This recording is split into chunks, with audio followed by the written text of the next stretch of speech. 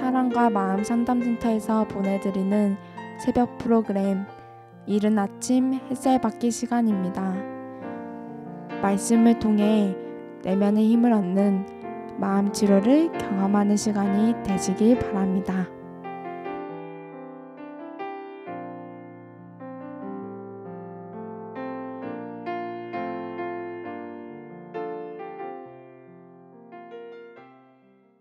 금요일 그리고 어제 우리는 바울의 이상한 고백이라는 주제로 이야기를 좀 나눴습니다. 내가 이제 너희를 위하여 받는 괴로움을 기뻐하고 그리스도의 남은 고난을 그의 몸된 교회를 위하여 내 육체에 채우노라. 사실은 이 괴로움은 나의 현실적인 진짜 삶입니다. 내가 경험되어진 오늘 하루 이 삶이 나에게 괴로움을 가져와요. 근데 이 괴로움의 출처는 내가 예수를 그리스도로 고백하고 율법을 그렇게 해석함으로써 그리스도 중심으로 해석함으로써 발생하는 사건, 사고들, 현실적 고통입니다. 지금 바울은 자기의 삶이 그리스도의 남은 고난을 채우는 것이라고 말을 합니다. 이것은 사실은 그리스도와 연합된 자라고 한다면 이게 영적인 얘기죠. 그리스도의 십자가의 죽음과 무덤에서의 부활, 이 사건이 예수 그리스도의 사건이지만 이것은 나에게 모본으로 보여준 거야. 그러니까 이것은 내 사건이란 얘기예요. 내가 십자가에 죽고 나는 새 생명을 얻어서 새 사람을 입은 그 삶을 살 수 있다. 그리스도와 연합된 삶, 이것을 바울은 자기의 삶이 이렇다고 말하는 것이기 때문에 나도 크던 작던 그 괴로움을 기뻐하는 삶을 사는 거예요. 왜? 그리스도의 남은 고난을 내 육체에 채우는 삶을 살 수 있는 영광을 받은 자이기 때문에. 그래서 여러분들에게 지금 계속 끊임없이 그럼 오늘 하루 내가 경험되어지는 그 괴로움, 복음으로 인한 괴로움, 복음 전함으로 인한 괴로움, 내가 예수 그리스도의 십자가에 대해서 은총을 믿기 때문에 발생하는 내 존재의 변화에서 오는 괴로움이 무엇이 있는가? 이게 없으면 우리는 예수 믿는 자가 아니라는 얘기예요. 오늘 이 자리에 특별 게스트 두 분을 모셨습니다. 굉장히 이른 아침에 오셨길래 이른 아침 햇살 밖에 녹음을 하자고 얘기했습니다. 네. 민정원 집사, 김현수 실장님 두 분이 나와 있습니다. 특별히 내가 이런 바울의 고백을 물어보고 싶어서 그랬어요. 자, 바울의 이 고백에서 바울이 괴로움을 기뻐하는 이유가 무엇일까요? 그러면 내 삶에 내가 복음으로 인한 괴로움을 겪은 것이 무엇이라고 예로 들 만한 것이 무엇이고 그때는 괴로웠지만 그 당시에도 기뻐했느냐 아니면 지금에 와서 보니 그것이 기쁨이었더라. 그때는 괴로움 그 자체만 괴로워했는데 시간이 지나서 보니 그 괴로움이 도리어 내게 유익이고 고난이 내게 유익이라는 말처럼 유익이었고 그것 때문에 오늘 내가 이런 도리어 복음적 기쁨을 누리고 있는 거 아닌가. 하나님의 은혜를 더욱더 깨닫게 됩니다. 이런 고백들 이것이 무엇이 있을까? 잠시 생각할 기회를 10초 드리겠습니다. 하나, 둘, 셋, 넷, 다섯, 여섯, 일곱, 여덟, 아홉, 열. 자, 그러면 민정원 집사부터 한번 얘기를 들어보도록 하겠습니다. 너무 어려운 것 같아요. 짧은 시간에. 근데 그냥 저는 최근 있었던 여러 가지 현상적으로 발생했던 사건들을 통해서 좀 그런 것들을 느낄 수가 있었던 것 같아요. 이제 얼마 전에는 특히 남편과의 관계에서의 그 문제, 그 과정에서 발생했던 여러 가지 사건 사고들 속에서 그 고난이 지금 와서 보니까 그게 다 모두 내가 올바른 믿음을 갖게 하기 위한 하나님이 나를 인도하시는 그런 과정이었다는 거. 그래서 지금은 그게 이제 너무 은혜로 느껴지고 감사함으로 받아들여지는 그런 상태이고요. 그리고 더 깊게 이제 들어가서는 그 남편의 관계뿐만 아니라 제가 어렸을 때부터 태어나서 자라고 나서 자란 그 환경 속에서 나의 그 부모와의 관계에서 느껴졌던 또 내 형제와 관계에서 느껴졌었던 그 무의식 안에 잠식되어 있었던 것들이 하나님의 말씀을 통해서 내 내면이 더 그 성령의 빛으로 비춰지고 그래서 내가 의식하지 않고 있었던 그런 정말 그 뭐라 그래야 되지? 그 부정적인 내가 느끼고 싶지 않았던 그러한 정서와 그때의 그 감정들이 이제 지금 다시 생생하게 그게 느껴지면서 순간적으로 비슷한 상황이 이제 발생했을 때 거기에 내가 이상하게 반응을 하는 그런 자신을 보면서 이제 과거의 어떤 그 충격적인 사건 그런 장면들이 떠오르면서 내가 이렇게나 그때 받았던 그런 충격 그런 것들이 트라우마가 돼서 이렇게 정서적으로 지배를 당하고 있었구나라는 거를 알게 됐을 때 사실 그걸 이제 어제 느끼면서 한편으로 되게 많이 슬프기도 했어요. 아, 내가 이렇게 그때 당시에 이러한 어마어마한 공포와 두려움과 무서움의 감정으로 그런 걸 느꼈었구나. 어렸을 때 아주 한 6, 7살 때. 근데 그게 아직까지도 내 안에서 작동하고 있었던 것을 모르고 있다가 어떠한 상황을 통해서 딱 자극이 주어지니까 이게 정말 제가 어떻게 주체할 수 없을 정도로 막 폭발해서 튀어나오는데 이걸 이렇게 들춰내시고 알게 하신 하나님께 되게 감사한 마음이 있었어요. 그래서 어제 교회 오는 차 안에서 그러한 생각이 들면서 내가 의식하지 못했던 이런 부분들을 이렇게 알게 하시고 어떤 상황들을 닥쳐서 깨닫게 하시는 게 진짜 하나님의 은혜구나. 그리고 어떤 내 내면에 있는 그 심리적인 고통과 그 고난이라고 할 수 있는 이러한 이런 것들을 통해서 오히려 하나님의 은혜를 발견하고 또 내가 하나님의 그 선택 안에 있는 그런 사람으로서 좀 더 그냥 일반적인 어떤 심리학적인 그런 이론상에서 말하는 상담학에서 말하는 그냥 인간적 차원에서의 나라는 사람을 보는 게 아니고 그 말씀 안에서 나의 그 본질을 더 깊게 볼 수 있게 해주시고 또 아직은 사실 그렇게 깊게는 모르지만 그래도 어떤 영적인 차원에서의 나라는 존재를 조금 더 한 발 더 가서 볼 수 있는 그런 계기를 만들어주신 거에 대한 감사함이 생기더라고요. 비록 막 두려워가지고 통곡하고 울고 나한테 전화해가지고 막 몇 마디 해주니까 막 통곡하고 울던 그 괴로움이 이제는 시간이 지났지만 도리어 그것이 기쁨과 감사로 되면 그 당시 자체가 기쁨으로 됐으면 좋지만은 우리는 아직 그런 영적 성숙이 안 됐다면 시간이 지나서 그게 내 축복이구나 이렇게 느끼고 분별되는 것만으로도 어마어마한 은혜죠. 자, 괴로움. 김 실장님은 이 부분에 대해서는 하실 얘기가 좀 많을 것 같은 생각이 듭니다. 네, 제 삶은 사실 맞아요. 괴로움이었죠. 인간으로서 긍정적인 정서 또 행복감을 거의 얘기할 수 없는 상황? 그게 과연 있나 할 정도로 제 삶을 돌아보면 그냥 세상적인 관점에서도 너무 슬펐던 상황이었던 것 같아요.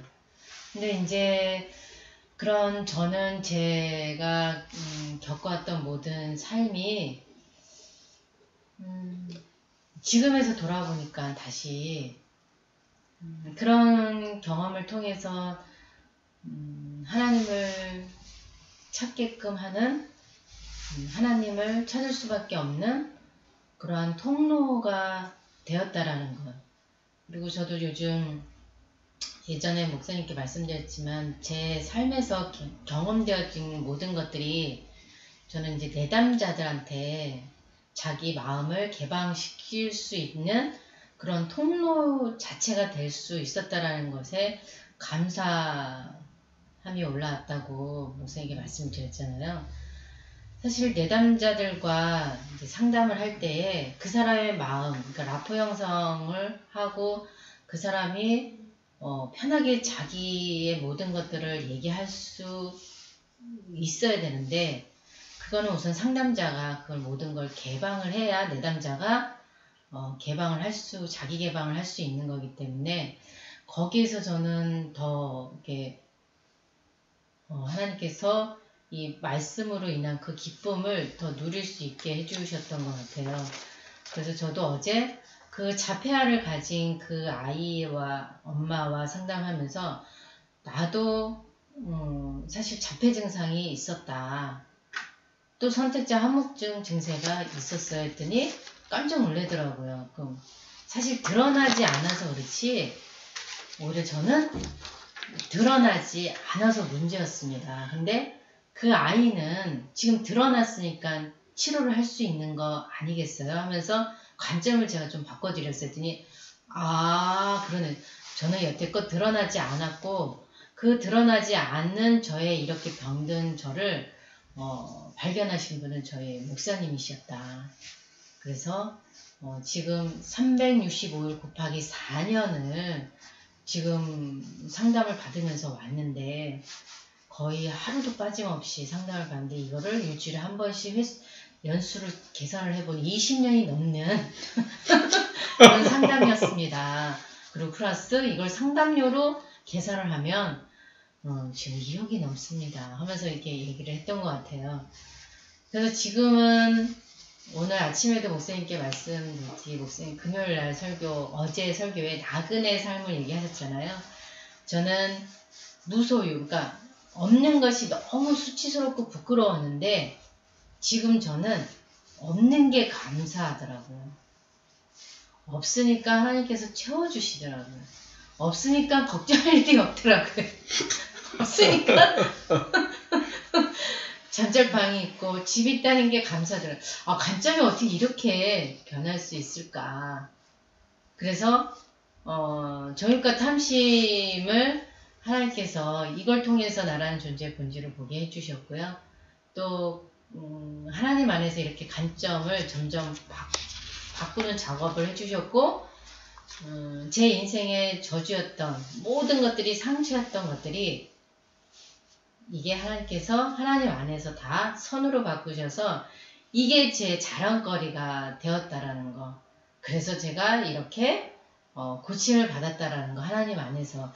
이걸 되게 당당하게 내담자들한테 당당하고 자랑스럽게 얘기하고 있어요. 그래서 지금 날마다 하나님께 그 은혜가 큰 게 아니라 아주 제 삶에서 작은 것들에 대해서 삶에서 그 은혜가 느껴지는데요.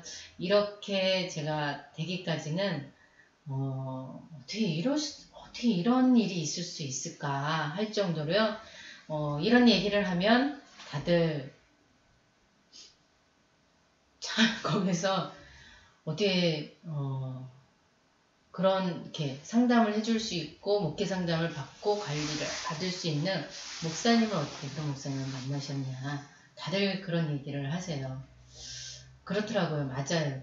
하나님께서 목사님을 통해서 목사님을 만나게 해주시고, 그걸 통해서 실제적인 것들을 심리학책에서 얘기하는 그 인간에 대한 이해를 낱낱이 경험케 해주셨고, 이걸 통해서 인간이 어떻게 병들었는지, 그리고 우리의 원죄의 실체, 선과 악을 분별해서 선을 따를 수밖에 없는 존재, 이게 저도 요즘에 더 많이 느껴지면서요. 인간은, 나라는 존재는 선을 기본적으로 따르더라고요. 이걸 거역하면 여기서 너무 힘든 거예요. 근데 이게 배어 있다라는 거.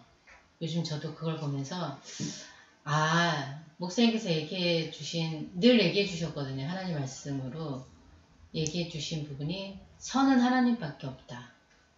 이걸 가지고 나라는 존재의 본질을 와 믿음으로 이겨나가야 되겠구나. 요즘은. 그래서 고난이 내게 삶의 고난도 있었고요. 마음에 나라는 존재의 본질을 보는 그런 고난이 어마어마하게 있었는데, 이제는 그 고난이 하나님 안에서 이렇게 은혜와 그 하나님의 사랑을 받을 수 있는 계기가 되었다라는 게 제 삶을 통해서 오히려 감사하게 되었고, 제 삶이 만약에 이혼을 하지 않았다면 이런 걸 느낄 수 있었을까? 기도원에 가지 않았다면, 내가 그 기도원 한이 맺힌 그 5년의 그 예수무당의 기도원을 가지 않았다면 이런 깨달음이 있었을까? 오히려 그러면 저희 어머니께 감사함을 감사가 다시 올라오네요. 네. 어느 날 믿음 안에 들어오면 그 육의 삶이 쭉 하나님의 손길로 이해가 되어져요. 그리고 오늘이 있기까지 그 좋게 느껴졌던, 나쁘게 느껴졌던, 긍정적이든 부정적이든, 괴로웠던, 괴롭지 않던 그 모든 것들이 쫙 한 길로 딱 집합 정렬하면서 모든 게 하나님의 은혜였다, 이렇게 돼버려요. 어떤 건 은혜고 어떤 건 아니, 그런 게 아니에요. 왜냐하면 하나님의 선택이 있는 사람들은 모든 게 100% 은혜 속에서 사는 거기 때문에. 그러니까 바울이 이런 고백을 하는 거예요.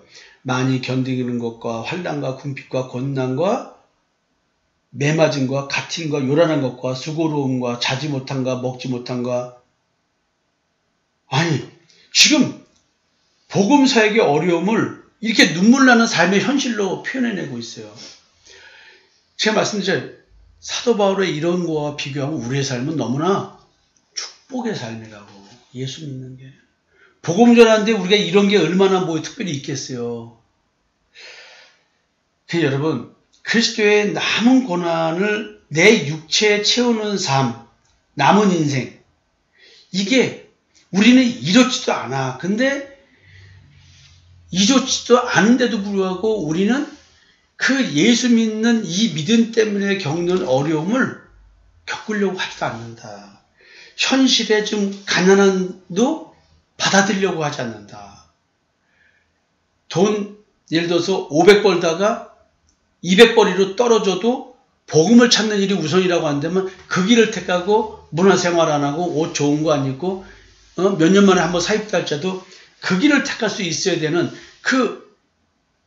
더 은혜가 중요한 삶이 돼야 되는데, 바울이 왜 이런 삶을 살 수 있을까? 보라, 우리가 살고 징계를 받은 자 같으나 죽임을 당하냐냐고, 근심하는 자 같으나 항상 기뻐하고, 가난한 자 같으나 많은 사람을 부유하게 하고, 아무것도 없는 자 같으나 모든 것을 가진 자 같다. 이렇게 도리어 표현을 할 수 있는 이유, 징계받은 자 같은 눈물 나도록 고통스러운 삶, 복음 전의 삶. 우리는 현실의 삶은 특정된 사람 빼놓고는 우리는 이런 신앙생활을 안 한다는 거죠. 약간 비슷한. 그런데 이걸 왜 못 사냐고. 이런 삶을 기꺼이 살겠다고 선택할 수 있는 이유는 이런 삶이 영광스러운 삶이라는 사실을 알았기 때문에 그런 거예요. 저도 마찬가지예요. 이 삶이 영광스러운 삶인데 왜 하나님은 나한테 이렇게 풍요롭게 해주시는지, 그런데도 약간 가끔 뭔가 더 목회적 역량이 더 커졌으면 하는 바람도 있어서 딱 한번 진짜 기도 한번 해봤어요.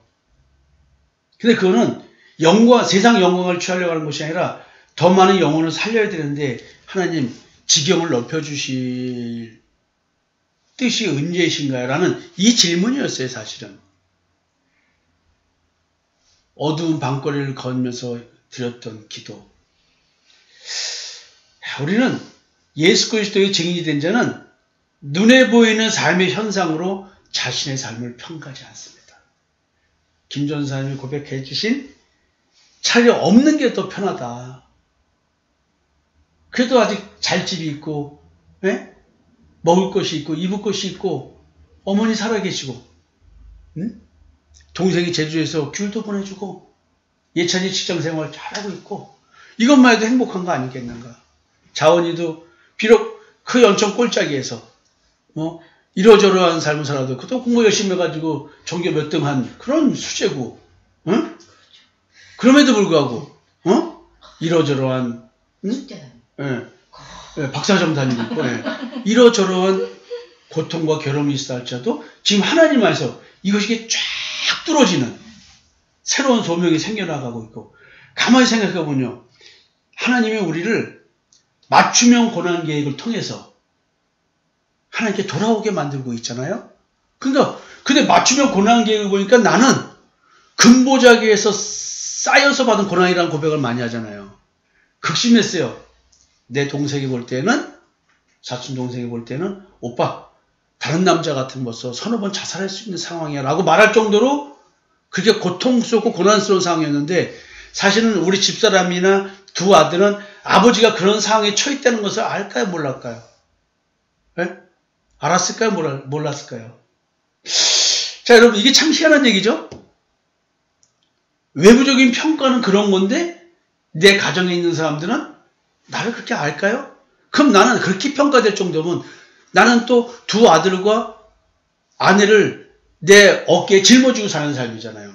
가난하게 고난을 받았던, 부유하게 고난을 받았던 그 현실을 이겨내야 될 또 아내의 삶, 또 있잖아요. 그런 게 다 각자 우리는 자기 고난을 얘기한다고. 그러나 그 고난조차도 어깨에 짊어진 자라고 한다면 더 큰 고난 아닐까요? 자식들도 아버지가 힘들어졌을 때 힘들었지만 그 힘든 곳조차도 짊어진 게 누구야? 아버지잖아. 그러니까 우리는 또 그런 생각을 못해요. 자기의 괴로움밖에 모르는 거다, 우리는. 자, 그러나 각자 이런 고난 저런 고난 속에서도 우리는 참된 증인의 삶을 살 수 있는 사람으로 성장해 나간다. 그래서 오늘 현실의 삶에 매이지 않고 복음의 매인 자로 살아가는 우리들, 오늘 마무리 지면서 이런 말을 하고 싶어요. 삶에 매이지 말고 복음에 매이자. 삶을 어깨에 짊어지지 말고 복음을 어깨에 짊어지자. 처자식을 어깨에 매지 말고 주님을 어깨에 매자. 그러면 내가 주님을 어깨에 맨 것이 아니고 주님이 나를 무등 태워서 내 인생을 살아주고 계시다는 것을 발견하게 된다. 그래서 내 인생에 연관된 아내와 자식도 주님께서 같이 끌고 가고 계시는 것을 우리는 경험하게 됩니다. 오늘 여러분, 예수 그리스도로 말미암아 괴로움이 기쁜 하루 되셨으면 좋겠습니다. 여러분, 감사합니다.